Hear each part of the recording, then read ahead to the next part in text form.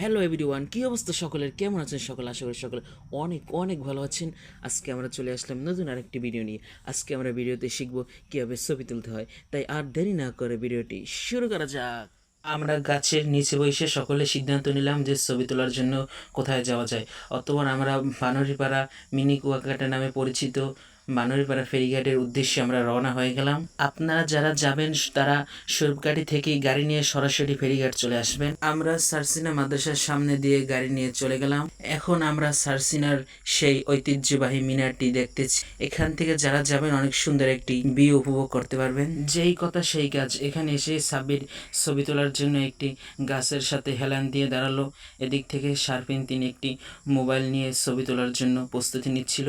তিনি মোবাইলটা ঘুরিয়ে ঘুরিয়ে দেখতেছিল যে কীভাবে ভালো হয়। অবশেষে আমাদের ছবি তোলা হয়ে গেল। যদি ছবিতে কোনো সমস্যা থাকে তাহলে ছবিটা দেখে আপনি এরকম হাতটা একটা চাটা দেবেন, তাহলে ছবির সমস্যা সকল ঠিক হয়ে যাবে। এভাবে করেই সবাই ছবি তুলবেন, তাহলে সুন্দর একটি ছবি হবে। আজকের মতো এখানেই বিদায় নিচ্ছি। দেখা হবে সামনে নতুন কোনো ভিডিও নিয়ে। সকলে ভালো থাকুন, সুস্থ থাকুন।